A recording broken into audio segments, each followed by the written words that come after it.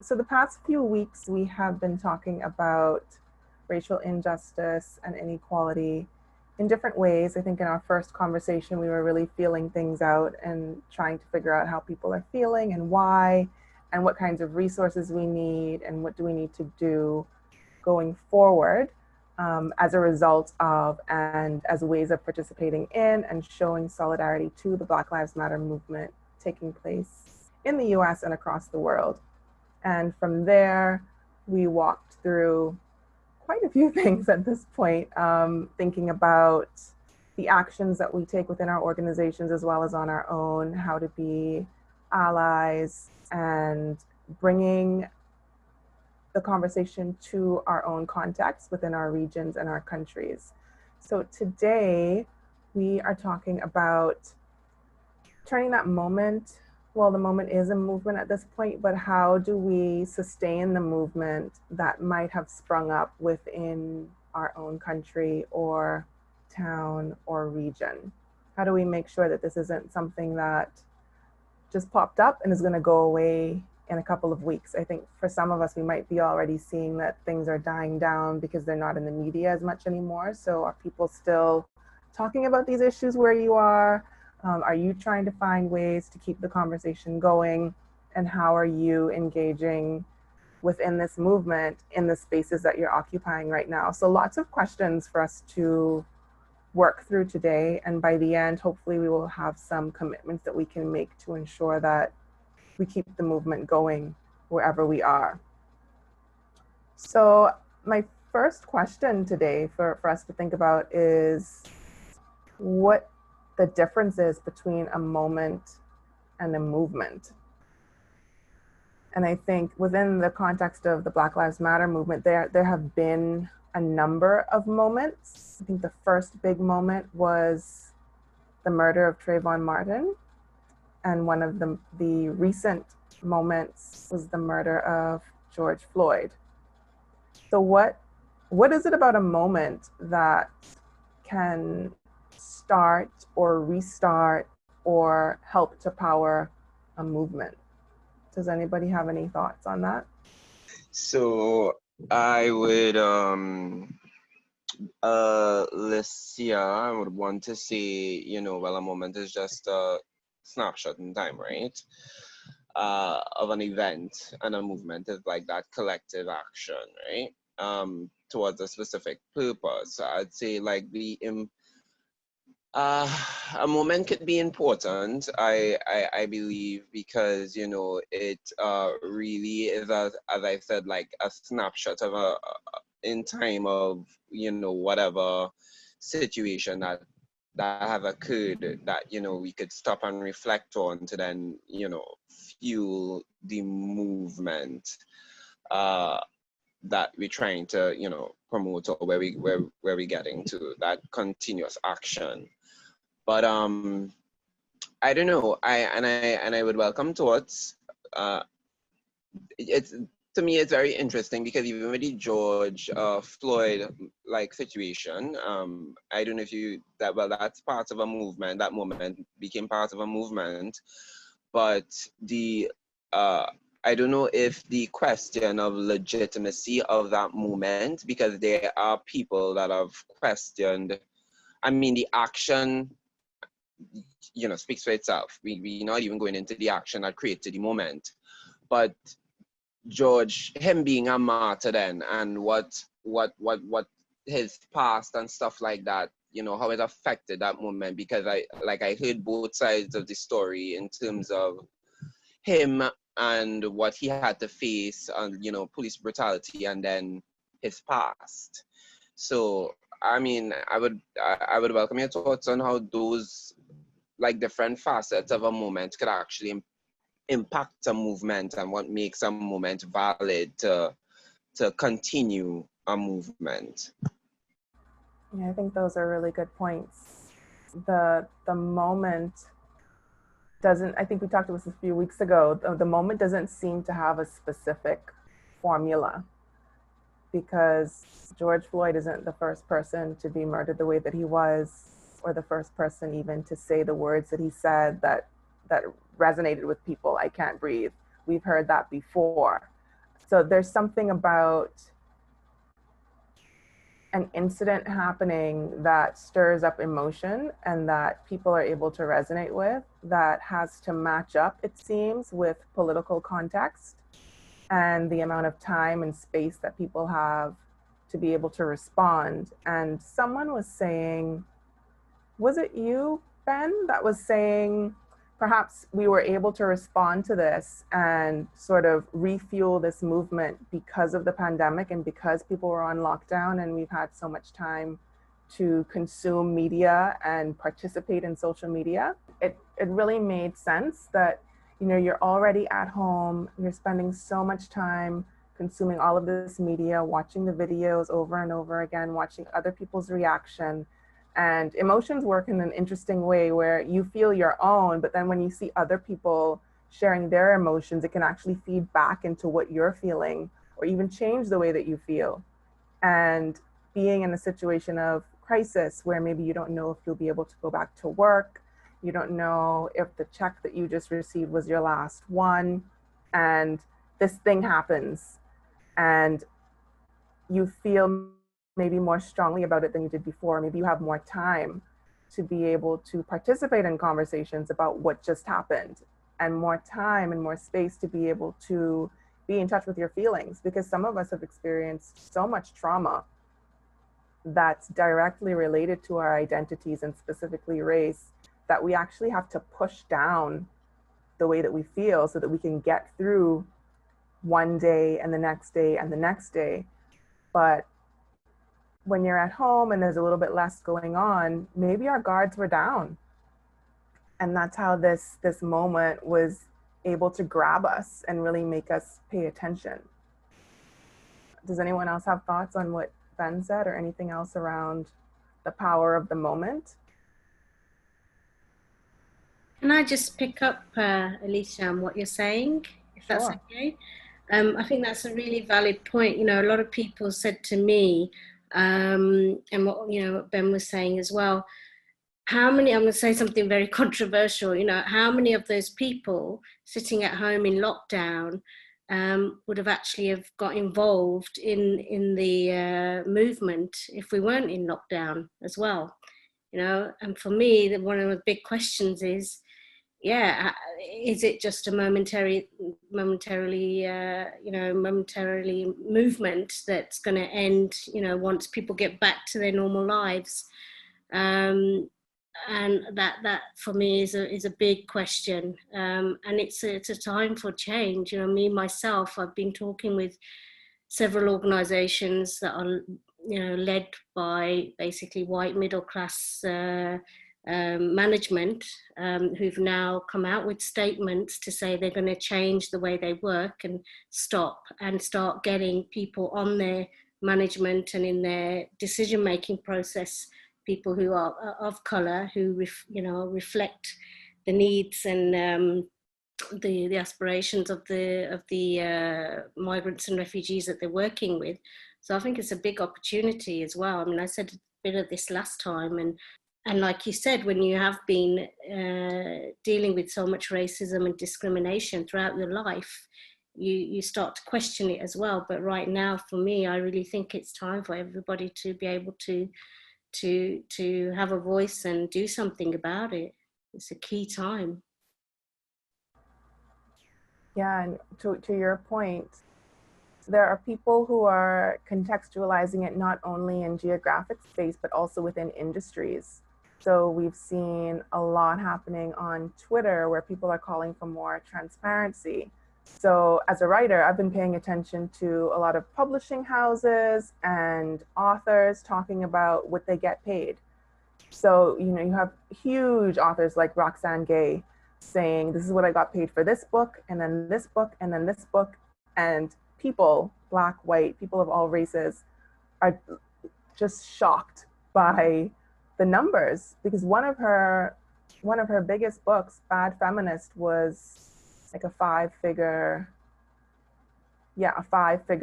advance that she got. And then a lot of people, a lot of other authors who no one has ever heard of, got six-figure advances. And it's just what factors into how people even get paid for the books that they write, and knowing that some people have platforms and some people don't, but still race factors into that, even though, you know, the conversation is about money, and at the end of the day, an advance is, it's an advance on the royalties that you would get anyway. So they still end up making the money, but the question is, why do publishers think that Black people will bring in less money than white people for publishing a book? And the same thing has happened across other industries where people are calling for more transparency and asking the workers, the employees, the producers of content themselves to say out loud, put it in the public space, what you're making. And some of those calls have been answered, like the one for writers. And some of them, they're just kind of crickets. And people are like, so are any of the white people going to tell us what they got paid? So it's been really interesting. That spurred these conversations within corporations and the private sector. Emily, did you want to jump in? Yeah, thank you. Just a few quick small comments.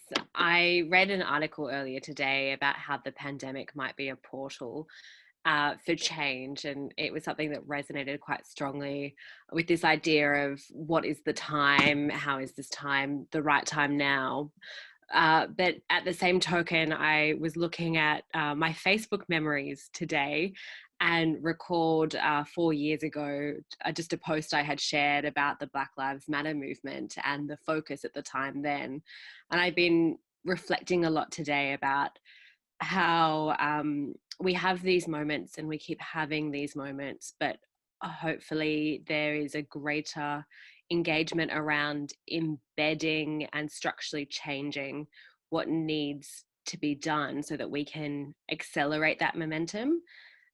And to one of my reflections around sort of where we were at 4 years ago and where we are at now is there definitely seems to be a greater involvement rather than simply awareness raising, which I think is a really powerful piece in terms of activating people to take action and grapple with the structural aspects of it rather than at the expense of dealing with just one type of personal level action, which I think has been quite interesting piece. But yeah, they're my comments. So thanks, Alicia. Thanks, Emily. Were you talking about the article by Arundhati Roy? I was. Yeah. So, I think that idea of time as well is so critical about how we really think of this as a window to be able to embed change, but at the same token, thinking through the fact that in many ways I feel like we keep having these iterations of Black Lives Matter, which is so important, but there's still a question of we still need to make structural change. And perhaps now we're at a time where we can really think about what building back better looks like, in the sense of building back justice and building in justice where there was not justice. Yeah, I think there's been a lot of conversation about exactly that, about addressing structures and people wanting to move away from the Band-Aid approach that we've been taking for a really long time and realizing that it's not working. Do we need to spend time trying to fix systems that are inherently wrong? Or do we need to just start over? And that's some of the tension that's taking place just within the movement itself, where some people are talking about defunding police, for example, while other people are talking about abolishing police. And what's the difference between those two options? What are the pros and cons there? And what are the fundamental beliefs of the people on both sides of that? So if I can jump in just to that, Alicia, yeah. without providing any answers, because I don't have them, but I think that the fact that we're having those types of conversations now around what does reform look like, what does that idea of abolition look like in the context of our systems, and actually that restarting many things is such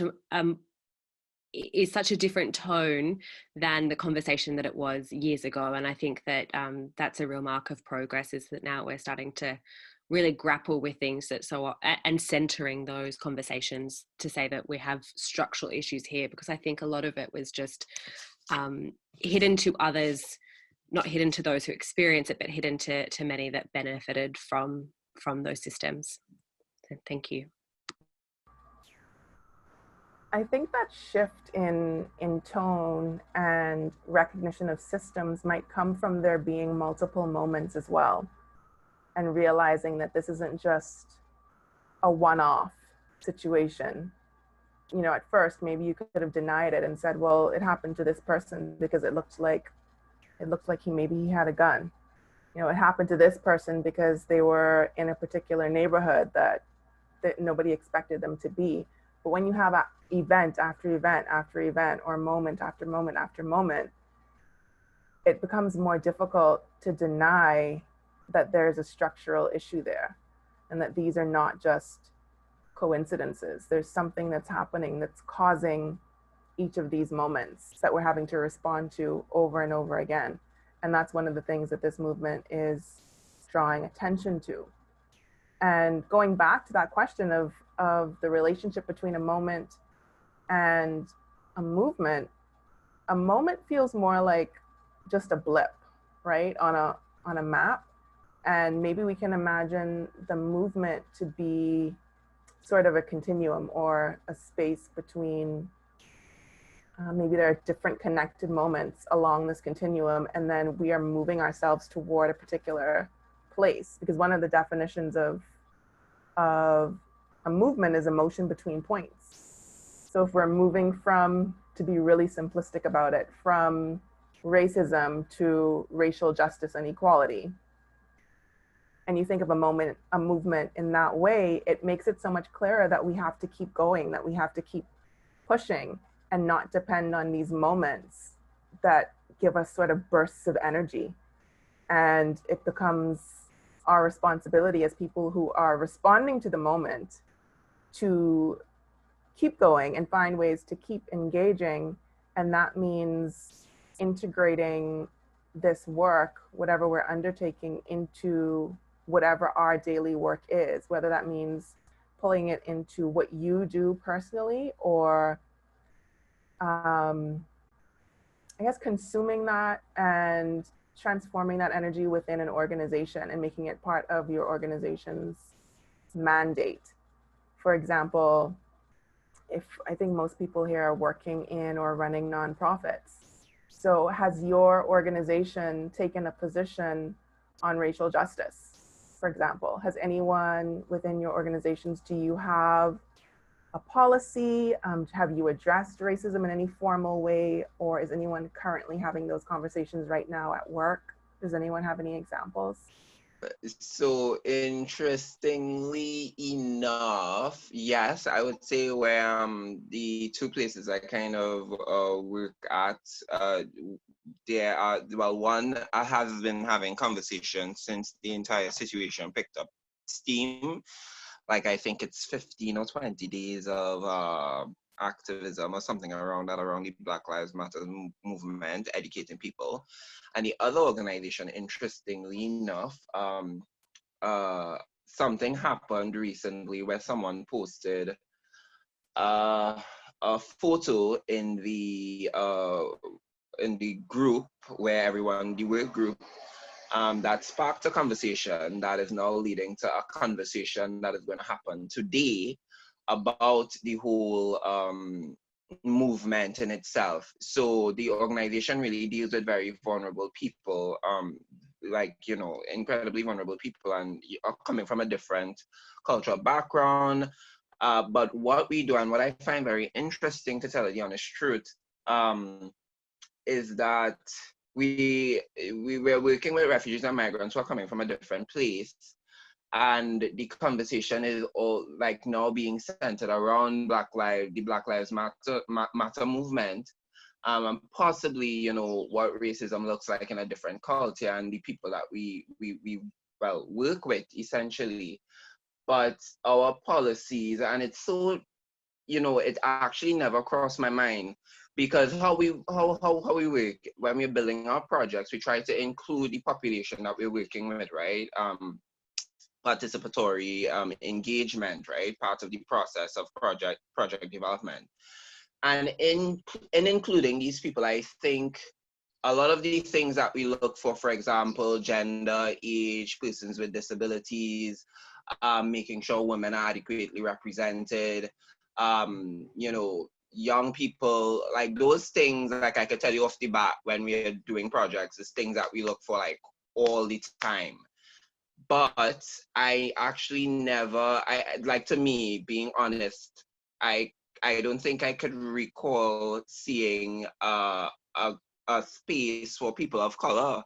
And it's only when the photo came up in the group and it was mentioned to me, about we having a conversation about this, and I'm like, oh my god, wait, I don't think, while we are also dealing with a vulnerable, like we are dealing with a large group of people that are vulnerable, this really actually never came up. So I mean, the conversation is happening, but it's also interesting to see how it's affecting different spaces as well, because you're telling yourself you're dealing with vulnerable, like a vulnerable group, but and then you want to make sure you capture everybody, but then within that you never really take into consideration, um, and I don't know if it's because, again, I just have to preface this by saying I don't know if it's because, you know, I'm living in a majority country where a lot of people are of East Indian descent and are Afro descent, but it just never came up. So it's very, for me, actually, it's very interesting. And I'm happy that the conversation is happening, because at least when we're looking at participatory engagement moving forward, it's something that we could look out for, because within that minority and vulnerable group, it's another smaller vulnerable group that we really, I don't think, honestly looked at. That's really interesting, because you would think that working with a vulnerable group, that you would be, your sensors would be all on, all of them, or thinking about all of these different intersections and how you respond to them. But as you said, sometimes being in a majority Black country, or countries where the majority is people of color, these things are easy to overlook, or you just assume that because you have the numbers, things are automatically going to be okay. And this is something that you don't need to address. It's similar to working in women's rights, for example, and you just assume that, well, we're all women, so women are a monolith, we're all the same, it's going to be fine. We don't need to address LGBT issues here, except that you do. We don't need to address class issues here, but you do. And sometimes it takes a moment, something actually takes place that makes you realize that you've left something out that's really important, and you actually have to take all those steps back to figure out how you move forward.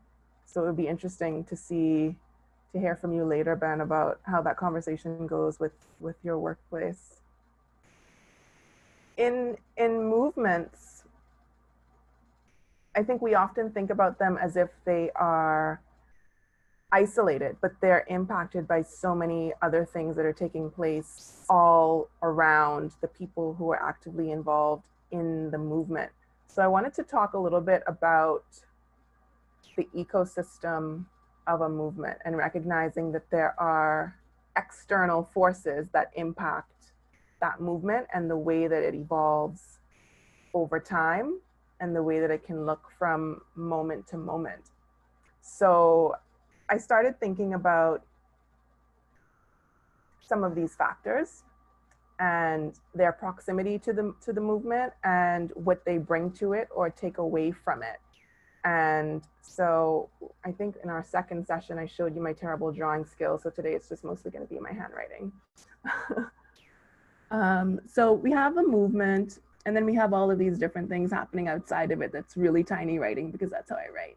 But some of the factors, like these orange things, are incidents. So these are like those moments that make us suddenly think about what's taking place. And you'll notice that one of the arrows is moving from the movement to the incident, and one of them is moving from the incident to the movement, because sometimes we have an incident like the murder of George Floyd, that feeds into a movement. And then sometimes we have a movement that leads to other incidents. So looking at the protests in the US, we know that there were people inciting incidents by leaving bricks in particular places and counting on people's rage, that they would use these bricks to cause damage to different properties and things like that. And so that kind of changed the conversation in the media to, these are riots and these people are behaving in an uncivilized way. So that's one of the things, that there are these external factors that can affect the movement in different ways. Some of the other things going on here. So we have NGOs and we have corporations that can have a negative or a positive impact. We have money, we have donors who can behave in lots of different ways. Resources, bureaucracy, direct action, which is really important. I'm trying to read it backwards. Policing, which is often negative. Co-optation of the movement. So there are all these different things that are happening around the movement and having various effects on it. Is there anything that you're thinking about that's taking place around you, wherever you are, whether that's politically or geographically, economically, that's impacting the way that the movement looks in your location? Are there any external factors that you can think of that are changing the way things look? Your question is quite a difficult one, because I'm trying to, like Ben was talking about earlier on, when you live in kind of a majority Black country, there is kind of, you know, a lot of assumptions that go with that, that we, like you said, we're all the same and all of these things happen. But what your question actually made me think of now is that in the South African context, while Black people are in the majority, when it comes to issues of power and whether economic or political or whatever type of power you want to look at, it's still kind of largely held in the hands of white people. And so when it comes to these types of conversations about Black Lives Matter or any type of movement, it always goes back to systemic change, and how when that conversation starts, the resistance to it, and how, you know, it's difficult to kind of put it in words, but it's almost microaggressions in little spaces that happen that fight against that. So you'll have conversations around, for instance, economics. So we're talking about this. And then, you know, there's the assumption, or there's the saying, at least here, we have the saying where it's like, all Black people have to do is to work hard. But there's all these other things that, you know, that's held against us. So when it comes to the movement, there's all of these different factors that then start to feed into it. But I think from our experiences, there's been one very significant movement that happened in South Africa, which was the Fees Must Fall movement. And I can talk about that in another time. But one particular element there was the media, and the way the media reported on that movement, that kind of changed in some elements in a positive way, but also in other elements in a negative way, because of the focus that the media takes. They sensationalize a lot of the stuff that are crucial to the conversation. But then in the end, what ends up happening is that because the media paints it in a particular way, that ends up alienating a lot of people that should be coming to the party and to the conversation.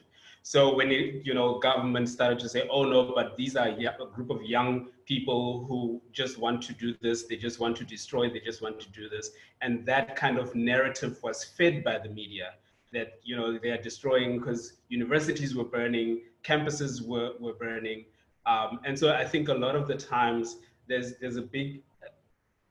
something that influences how people perceive a movement. And I think similarly it happened in the United States as well, where people are like, oh, like you said, these are just, these are now riots, people are violent and all of these things. Whereas when you looked at the reality, it was very different.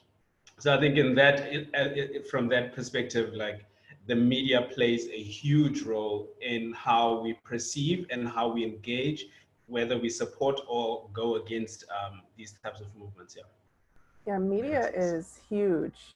It's a huge part of the ecosystem, and like you said, it's responsible for framing moments and other points in time along the continuum of a movement. And one of the things that's really powerful right now, I think, is that everyone basically is on social media, and we actually get to become members of the media.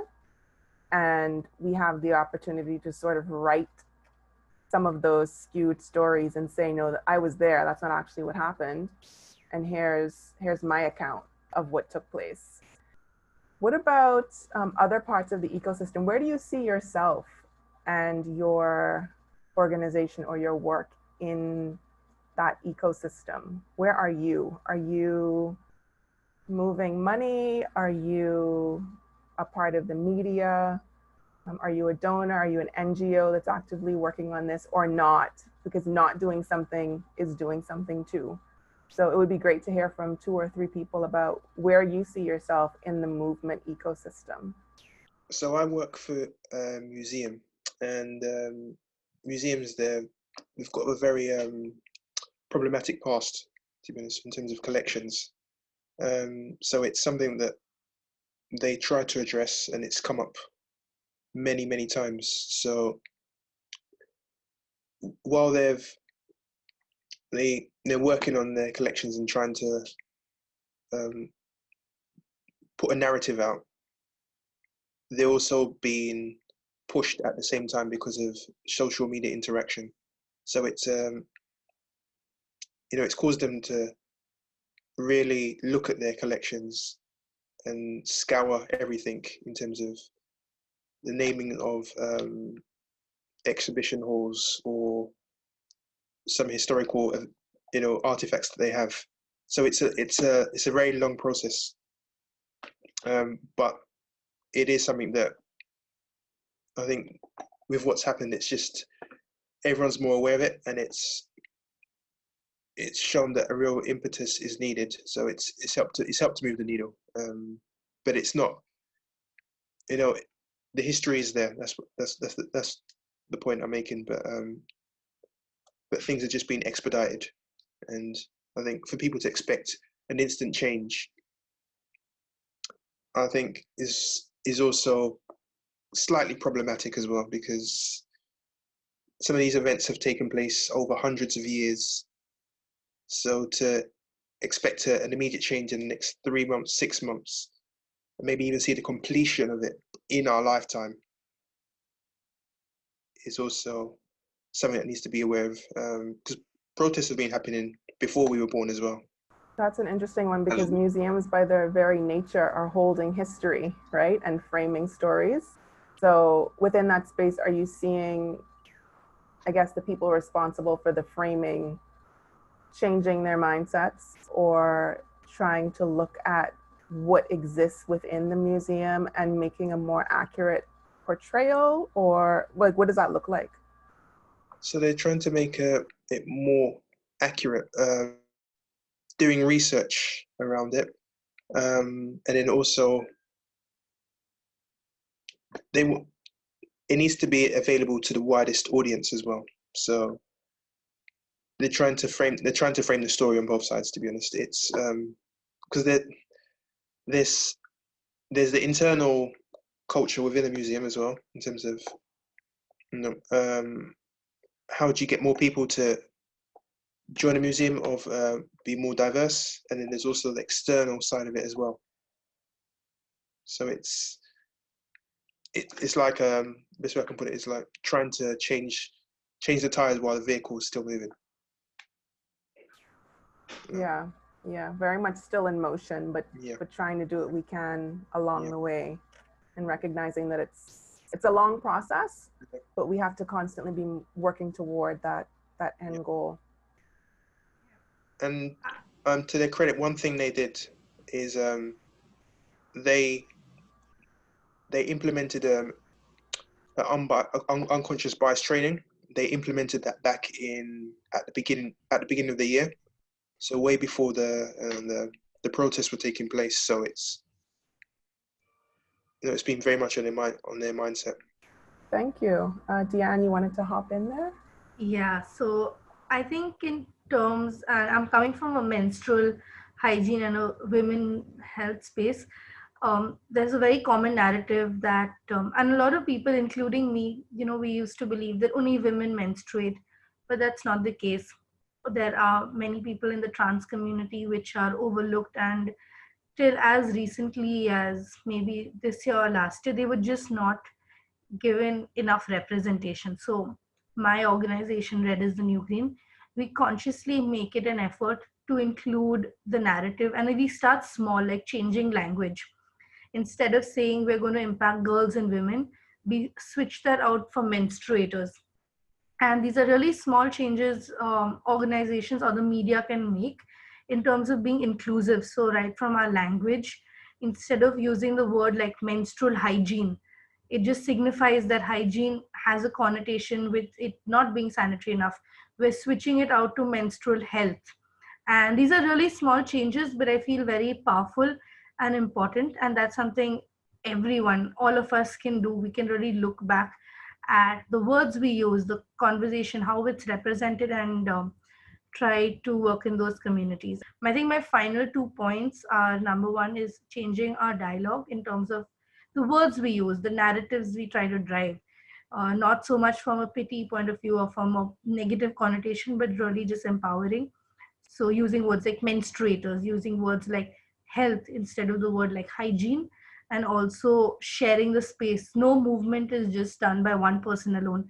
Like Ignatius said, there have been protests before us and there'll be protests after we go. So it's really about the movement not being one person or not being a particular thing led, but overall, everyone's there for this. So I think that's it for me. Thank you so much, Alicia. Thank you, Deanne. And I'm glad that you raised that, the issue of language. And it's definitely a part of the ecosystem. And we have to think about the words and the phrases that we use and the implications behind them for sure, and move in the direction of social change and political change through the words that we choose for sure. Ben, did you still want to say something? Oh, sorry. Yeah. Hi, Diane. So I'm actually wondering, sorry, I was having a random thought. Not the person before Diane who was working in a museum. I was wondering actually, museums, because I saw the whole movement with, on social media in terms of museums and what was going on, and artifacts that didn't belong to particular countries that was there. And people were kind of questioning the legitimacy of those artifacts being in those different countries. And I was thinking to myself while he was speaking, it was just a random idea. It would actually be really good if museums, for example, gave discounts to people from particular countries where they do have those artifacts. So for example, if I am from the Caribbean and I'm in the Netherlands, and the museum in the Netherlands has a whole section on, I don't know, probably the Caribbean or the development of Latin America or something like that, I could get a discount to go to that section. I was actually just thinking about it, and I was like, oh, why? I mean, we are already at this point because you guys are making the point that you kind of have to try to change the wheel while it's turning. I'm like, okay, we're already here.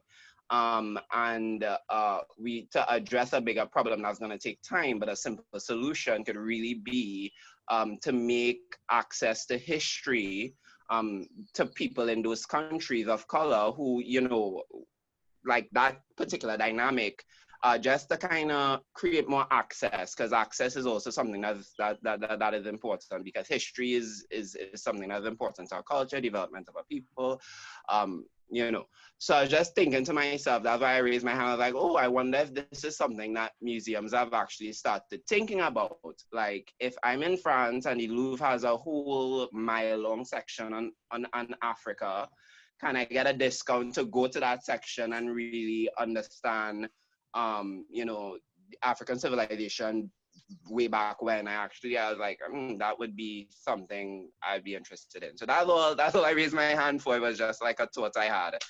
And yeah. I think both Ben and Coffee just kind of triggered something in me. As I said, it's one of those weird things where even in South Africa, we've had this conversation about history being representative of, and I think it's not just that there's kind of one story that's being told in museums, but I think it's the composition. So like I would want to ask Coffee, like, what is the conversation that is actually going on internally in the museum in terms of where do we get this information from? Because from the South African context, we've had issues where stories have been told about people, but those stories have not been told by those people. So you get people talking about, for instance, the Caribbean, but those people are not from the Caribbean. They've researched this, and so the lens through which they approach the Caribbean history is very different from how the Caribbean people themselves saw that history happen and how they experienced it. And so the kind of important artifacts, important dates, important all of these things, like we saw with Juneteenth in America, where there's a different conversation around the very same date, because the people who have composed histories of people, oppressed people, have particularly told those stories in a very particular way to paint them in a very particular picture. And so for me, the very starting point would be, when it comes to museums, we need to have a dialogue that's going to look at exactly how has this history been formulated, who has been included, who has been excluded, because there are a lot of heroes that are seen as villains, and there's a lot of villains that are seen as heroes in these stories, primarily because of the type of roles they played and who they aided in that. So it's I think this part of the kind of Black Lives movement and all of these things and the histories, because obviously the question would be, how are they going to tell this period in history 20 years from now? Who's going to be framing that narrative? Is it going to be the actual people who led the movement, or is it going to be some guy who sat behind a computer and kind of had his own interest in telling the story about Black lives and so on? So I think it's a very interesting kind of topic, and it triggered me, and I just think maybe Coffee could have a little bit of input in terms of what that conversation looks like behind the scenes. At the moment, to be honest, there aren't many Black curators within our museum. So they've got their day job, and then they've got their workers working on this as well, on terms of looking at the collections and sort of decolonizing them and doing their research into them. So it's very, one, that they're stretched in terms of resources and funding. Two, I think when they have done some work on it, the museum has taken it on board. It's been publicized. So the work is there, it's taking place. And I think also, we can also say that I think people on the outside can also help to change it as well, because by doing their own research and also putting pressure and framing their narrative, it encourages more people to research, and also encourages organizations to maybe look at their collections and maybe put a bit more resources to it and maybe expedite the process as well. So I don't think it should be down to just somebody within an organization or the organization itself, in the terms of the same thing with the Black Lives Matters protests, because there's allies internally and there's allies externally as well, and I think that makes things work a bit faster, and also there may be some areas of research that you may have picked up that somebody else may not have. So it's really a collaborative process that I think sort of helps to move things forward. And every organization is different. They're doing it at different speeds.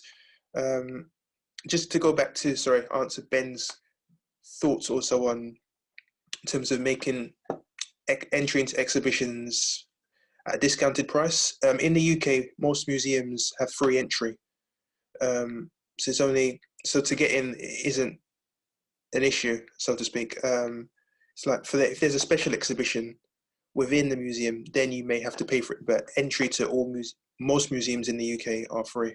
Yeah, I think it's important to think about history and the way that it contextualizes moments and movements, and the way that we are constantly creating history, but also, I guess, recontextualizing the history that we've been taught, because we're constantly learning about errors in history.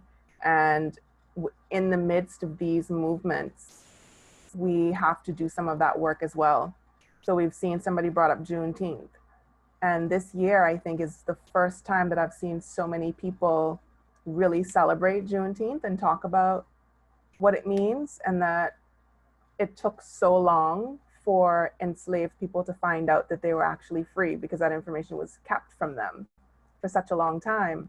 And then just a couple of weeks later, it was the 4th of July, which is American independence. And so many people refused to celebrate it, recognizing that we can't really talk about independence when there were still people who were enslaved on that day. So what does independence even mean? So it's become a really powerful movement and moment to be able to reflect on history and the unlearning of false narratives, and bringing the people who the history is about into the conversation and giving them space to actually teach the true history. Because I think all of us probably have things in our history that we were taught something strange in elementary school or high school, and then it took us years and years as adults to find out the real version of that story. Like for me in the Bahamas, and I think lots of people in the Caribbean, it's Columbus. And, you know, knowing that there was Columbus Day and he discovered this part of the world, and finding out that there was so much more to it than that. So that's an important part as well. I think bringing that historical context to movements actually helps us to fuel the movement. We have more information, we're armed with more knowledge to be able to be more effective in the work that we're doing. For those who have experience in movements, can you share some of the things that worked, tactics that you found worked or that didn't work? Or were there things that you think were needed to fuel the movement that you just didn't have? Because I think we can learn a lot from other movements to help us figure out how we're going to sustain this one. Does anyone have a previous movement experience to share? I think it's a first for me, definitely. With your work with menstruating people, would you consider any part of that a movement? Actually, now that I think of it, I think the whole thing is a movement in terms of having that conversation and moving on and not letting it die down. Like, keep pushing new frontiers, including more people in it. Like, now we're working on making the dialogue and the terms used more inclusive. So yeah, I think definitely the menstrual movement. And the thing is, everyone thinks it's a very recent phenomena. Like, it's, you know, just picked up in the last 5 years, and that's true. It has got a lot of and give credit where it's due. The menstruation has got a lot of limelight now. People are talking about it, but it's been happening since the 70s. I do see the next generation of, you know, like, even I've been in the space only for 4 years, but I do see the next crop of younger activists coming in, taking on the work further ahead. So I do feel that, yes, definitely, especially in this space, because I don't know much about the other spaces, the ball's rolling. Yeah, and I think it's interesting that it can be difficult to identify the work that you're doing as a part of a movement. Yeah. Because we're not really taught to think about things in terms of movements, right? Like, we often think about a cause or an issue. Correct. Yeah. But not not this, that we're a part of a timeline of of events that are taking place. And you've already talked about the language, the changes in language. And one of the things for sure is that talking about menstruation or periods has been really taboo for a really long time. And now people are talking about it more openly. I mean, people are tweeting that, you know, they're having the worst period ever. And I don't think that's something that would have happened even 10 years ago. Exactly. So seeing movements in the work that we're doing right now, putting it in the historical context and thinking about whatever area that you're working in now, how is it different from 20 years ago? Correct, and then apply that to participation in the Black Lives Matter movement and think about us and where we want to be 20 years from now. And so my next question for you is, for everyone, is, I guess it's a challenge of sorts to think about how you can integrate the Black Lives Matter movement vision into your daily work, into your NGO or the movement that you're leading or the cause or the issue that you work on.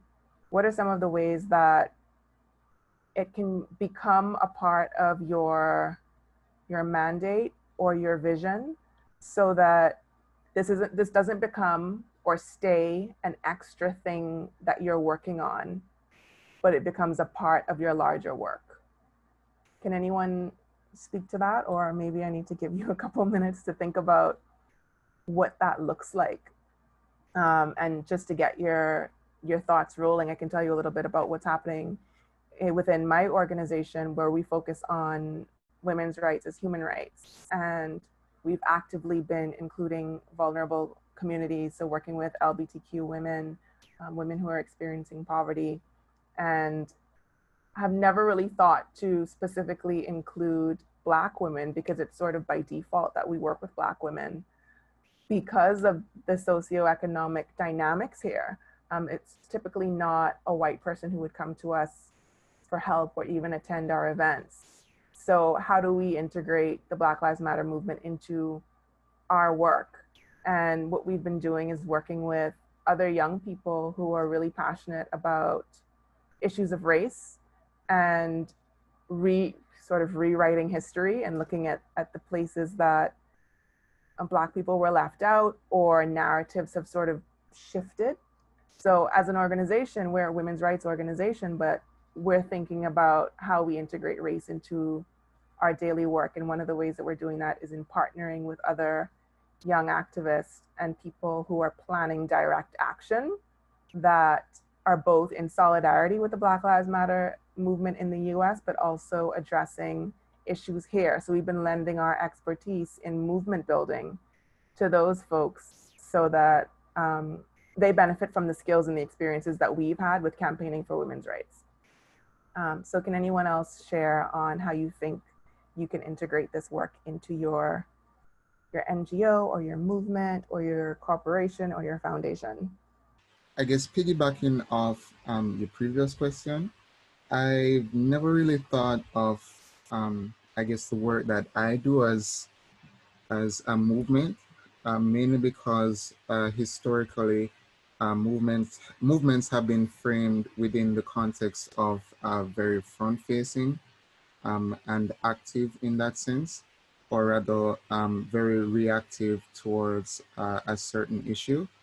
And so the things that like I do vicariously through my organization have to do with like technology and getting people, I guess, of color into these spaces, and by extension, improving economic standing and spreading out, I guess, the wealth. And so a lot of the work that we do is really behind closed doors.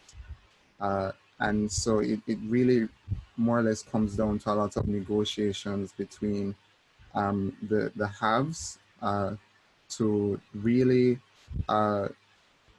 disperse their wealth and more or less convince them that dispersing their wealth in this way will essentially result in them being even wealthier. based on the principles of like economics. And so I guess to the point that you just raised, I'm not entirely sure how much more I guess realistically we can integrate I guess like the Black Lives Matter movement in that sense. I mean, right now we essentially advocate for like the hiring of like Black employees, especially in like the Caribbean, to U.S. companies, U.S. tech companies specifically, and startups. And we do that, we still do that behind closed doors. And sometimes I, and this is probably just a projection from historical experiences, I don't tend to, I guess, ruffle a lot of feathers because of the spaces that I have to interact in. I've found that when that happens in a radical way, unfortunately, it results in a lot of aversion to conversation between the really wealthy. And so I tend to tiptoe my way in that sense.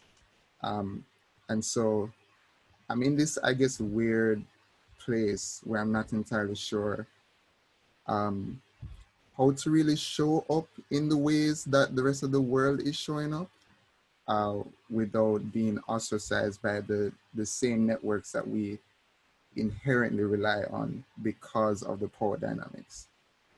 So yeah. Yeah. I think that's a question that a lot of people are struggling with, because it can feel like you have to participate in the same way that other people are participating. But there's actually value in being more strategic and thinking about your position and how you can use it long term to fuel the movement. So your participation doesn't need to be on the front lines. It might be maintaining and building those relationships with people who you can slowly move in a particular direction, or expose to different ways of thinking, or focus on the structure of the work that you're doing. Like last week we were talking about just the automatic water faucets, right? And that they only work for lighter skinned people. So with your work in tech, you can actually be bringing attention to these things and forcing people to think more intentionally about race in the work that they're doing. And that is a part of movement work. It's that we have different positions, and there's inside work and then there's outside work. So there are the people who are on the outside advocating for specific changes, and there are people on the inside who draw attention to the people on the outside and say, hey, these people are customers, our clients, our donors. They're saying that we need to do XYZ. Have you seen this? Here are some ways that we can do it. And both people, insiders and outsiders, have an important role to play. And it's all about strategy and using your position, using your influence. And this is where privilege comes in as well, to feed into the movement. So I think that you raised really great questions, Nicholas. Is anyone else thinking along these lines about how you use your position strategically to help to fuel the movement? I think it would be great to hear from some white people about using your privilege. But Ignatius, it looks like you're ready to jump in, so go ahead. Yeah, thanks, Alicia. It's really a lovely conversation. And I think to your initial question around what's the strategy in sustaining the movement, I think Nicholas's points directly to that, is that there needs to be an idea of what exactly it is that we want to achieve. And almost like, in NGO speak, you have kind of indicators and goals and objectives and all of those lovely words. But if we all, as part of the movement in our different spaces, have exactly, it's like, okay, in the tech world, this is what we want this is where we want the needle to move in this way, this is where we want the needle to move. I think that will help, will be very helpful in sustaining the movement, because there's a lot of energy. I kind of tend to think of it like this. It's a ripple effect. You throw a little pebble into the water. It has, so that initial impact is like, it has a lot of energy, but then it ripples out over time and it loses momentum over time. But if the messaging, I think if the messaging is very strong and it's very clear as to what the outcome is, when we spread out over the, wherever we are, as long as we stay true to that message, I think the momentum keeps on going. And I say that from the experience of apartheid South Africa, where you kind of, for us, that was like the movement towards change, where you saw it wasn't, you didn't see it every day like on the news that this has happened, but it went into different directions. You had people working with the World Council of Churches, you had people working in the USA, you had people working all over the world in their different capacities to maintain that kind of thing, or to maintain momentum towards change. And when it happened, it was because of the cumulative efforts of different people, even though they were in different spaces and in different, kind of contexts. They all worked because the message was very clear. This is what we want to achieve. And I think that is key. So for, when Nicholas says he's kind of not sure, for me, that is very clear that actually you're doing the work that we want. We want our, Black kids or young Black people to be empowered to go into those spaces, so that the face of the tech companies can start to change. So I think it's very important that energy, and I think your drawing that you had earlier on, one thing that maybe we might have to look at is that kind of a graph of energy and dip, and energy and dip, because that is also important when you're looking at the context of how you sustain a movement. And my last contribution is, like, we have a movement growing in South Africa around gender-based violence. But you almost have this scenario where, like you were saying earlier on, you have an incident that leads to a movement, and then you have a movement that creates other incidents. And in South Africa, we literally have this thing where there's an incident that happens, and from that incident, there's a brief burst of energy that happens, and it kind of looks like it's going to form into a movement, and then it dies down, and then another incident happens. And so it takes time to actually build to that where we are now. And I think part of this, it happens similarly with Black Lives Matter. But what is important is for us to note that kind of that graph of energy and dip in energy, so that we kind of, if we have centralized messaging, sorry, if we have one message, regardless of how low the energy is, as long as we know the work still continues, that movement kind of still grows, yeah. And that's me for now, but I'm done. Thank you so much for that. You've made some really important points, I think. One of them that came across really clearly is that we need to have clear messaging. And I think connected to that is understanding the vision. So once we understand the vision of Black Lives Matter being Black liberation, we can actually distill that and understand what that means in our context and within wherever we are, whether that's an organization or our own movements or whatever, but sort of translating it to our context so that we're working towards that vision, but we've sort of narrowed it down to our own space. Another great point that I think you made is around energy and understanding that it dips. There's like ebb and flow, and that's natural to happen. And that connects to the need to stagger our action and our participation. So understanding that we don't all need to be on the front lines at the same time for the same length of time, because rest is important. Like I included in the ecosystem, I included both rest and exhaustion because they're real and they happen, especially in movements that are this long. I mean, the Black Lives Matter movement started years ago, and there's no way that we could have kept up the same energy if we were all doing the same sort of work for that period of time. So we need to be able to tag in and tag out and rest and refuel and come back. And I think that you made a lot of other important points that I don't want to repeat, but thank you very much for that contribution. That was really helpful.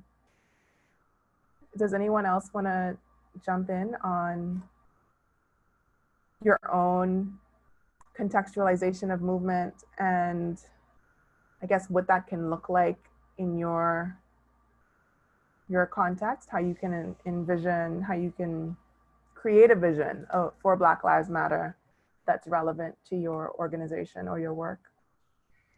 You asked for the perspective of a white person. I think it was you that asked for it. Yes. In this context. So I'm South African, and I'm by and large quite outspoken when I feel it was necessary. I have a pretty progressive group of friends, and outside of that bubble though, you know, it can get pretty disheartening. You know, people here on the surface, white people here like to, you know, say they're liberal, like to show their actions as, you know, indicating that they are not racist and, you know, that they are stand in solidarity. But below the surface, like right below the surface and all the way down, you know, it's people are still pretty prejudiced and stuck in, you know, with remnants of the olden days of apartheid. And it's, you know, in a time like this, I guess this is maybe even asking your advice or opinion. Like in a time like this, it's exhausting. You know, we've got this virus and we're all stuck at home, and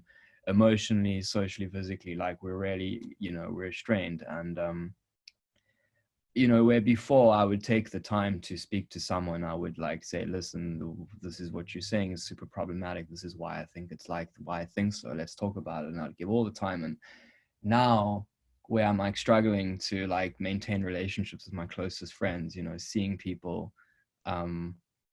it's just like, if I see somebody that says something, I'm just like, I'm just going to cut them off. Like, I don't need them in my life. Like I'm trying to like keep myself above water. Like, I'd just rather have nothing to do with this kind of human being, just delete off Facebook. They don't exist anymore. And I think it's, you know, I'm tired. I'm a bit older than I was, you know, it's like when I was way more active before coronavirus. And I think it is a bit defeatist. It's just that South Africa is incredibly disheartening. If you know, like white people here by and large, it's just a lot of lip service and not like very, you know, thin on action.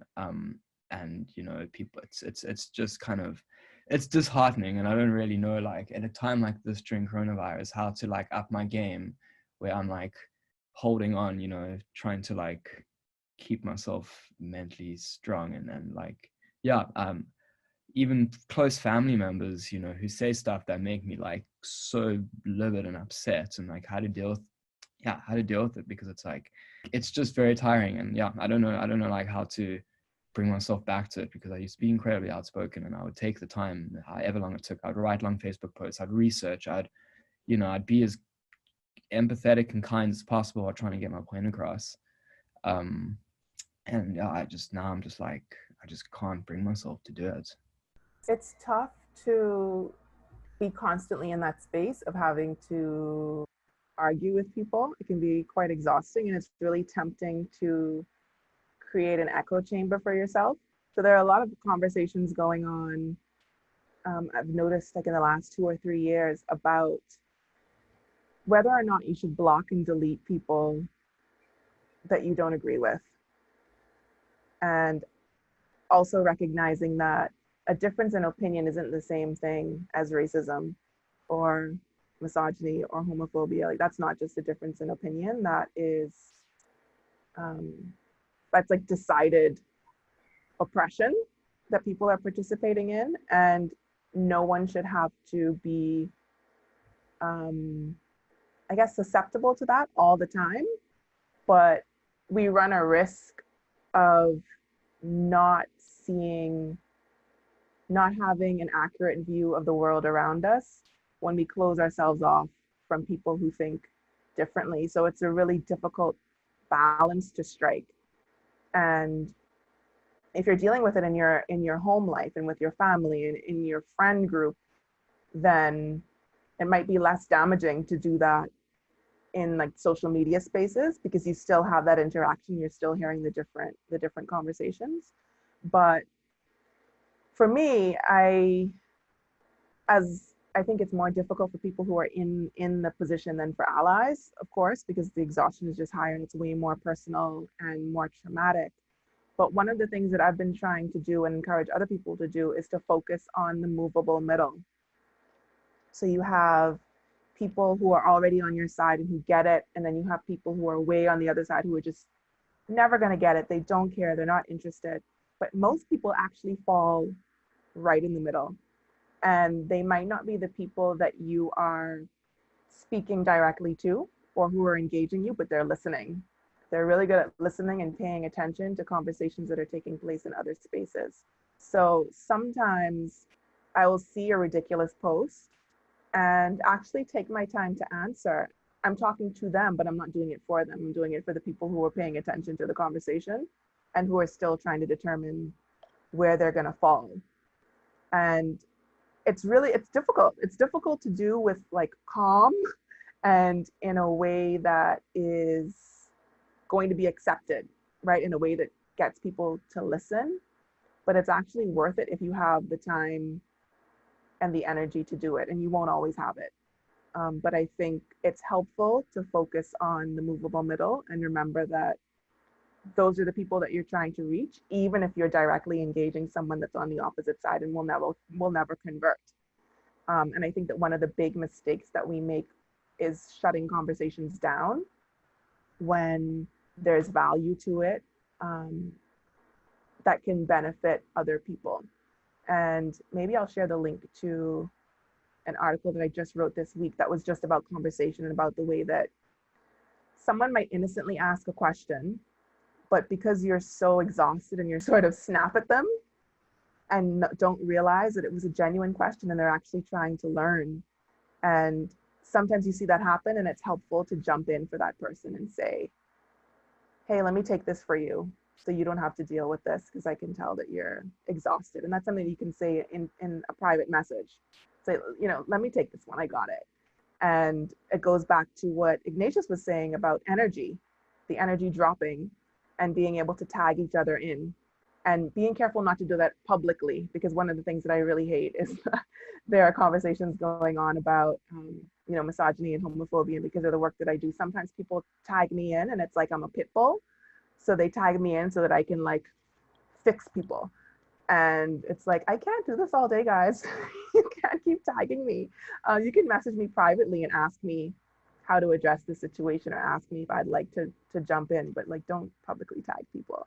So those are just some like off the top of my head thoughts, Glenn, but I think that this is something that probably deserves its own space to more fully discuss it.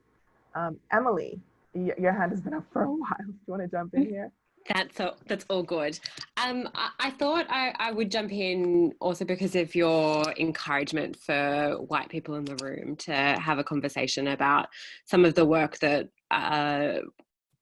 white people are doing in terms of being allies, but also being champions in the spaces that we work in. I work with a few different not-for-profits in my neck of the woods, which is Australia. And I've been reflecting a fair bit on what Glenn said, and then what you just said, Alicia, as well as everyone else has said. And one of the big things that I continue to focus on, and I think Black Lives Matter gives energy to as well, is the need to, if you are on the inside, to be a radical champion for the voice of others. I focus a lot on participatory spaces and really thinking about what does access look like for all different types of people, so that they can really authentically engage with and meaningfully engage with decision-making processes that affect their lives.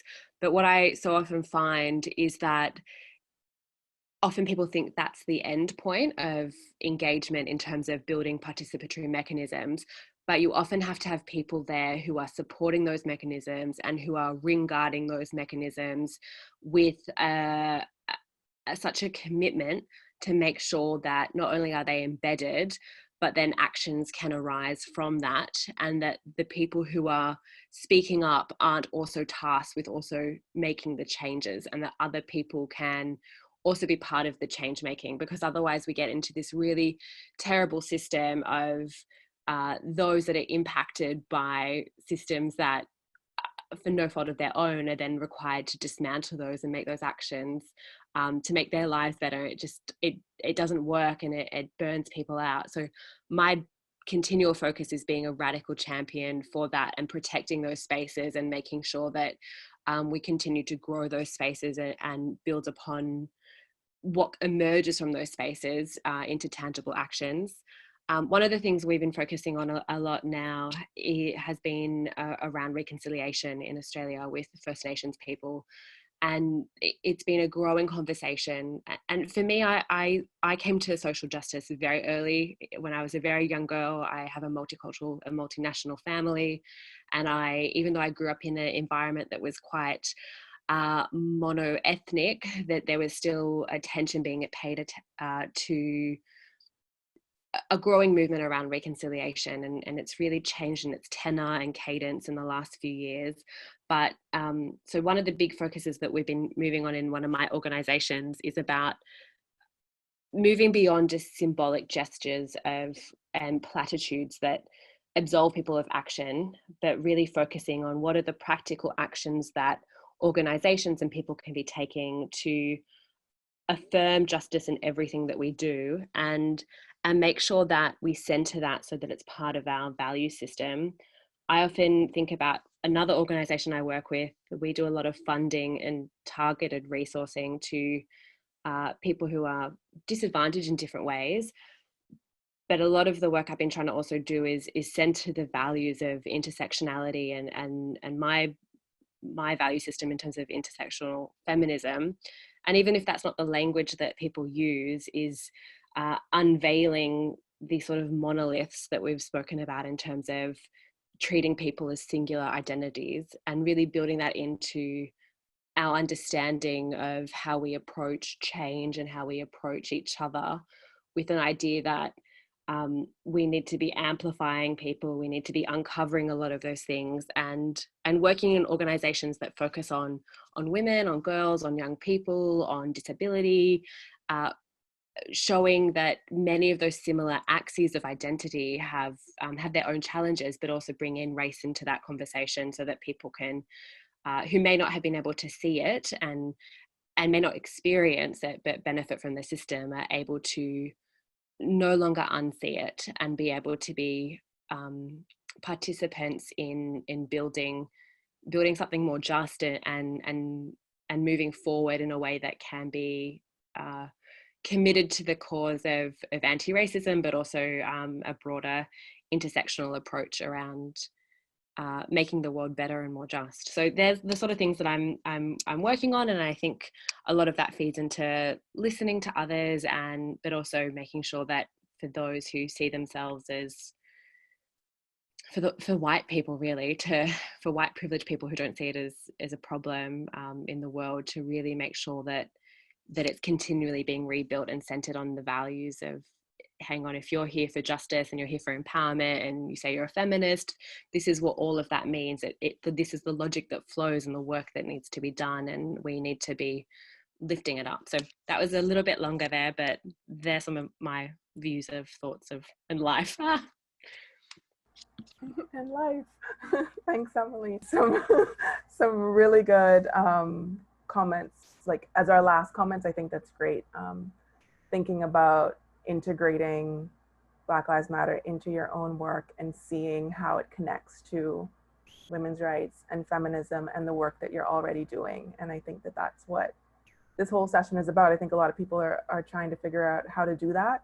And hopefully our conversation has helped you to move in the direction of some conclusion on how you move forward. But some of the key points I think that we heard so far is using your position and being strategic, the balance of the work that exists and can be undertaken by people on the inside and people on the outside of these institutions and structures, being able to stagger the work that we do so that we can rest and tag other people in Using the historical context, because that really can help to ground movements and to keep us going, keep us moving forward. Focusing on the movable middle. So even if you're directly engaging someone who seems like they're very stuck in their ways, recognizing that there are often people who you don't see who are listening to the conversation and who could learn a lot from you. And vision. I think everything keeps coming back to vision and understanding what the Black Lives Matter movement is about and what that vision can look like for you in your region or your country or your organization, or just the work that you undertake personally and professionally. Thank you for joining us this week and every week that you've come before. Thanks so much, Alicia. Thanks, everybody. Bye, everyone.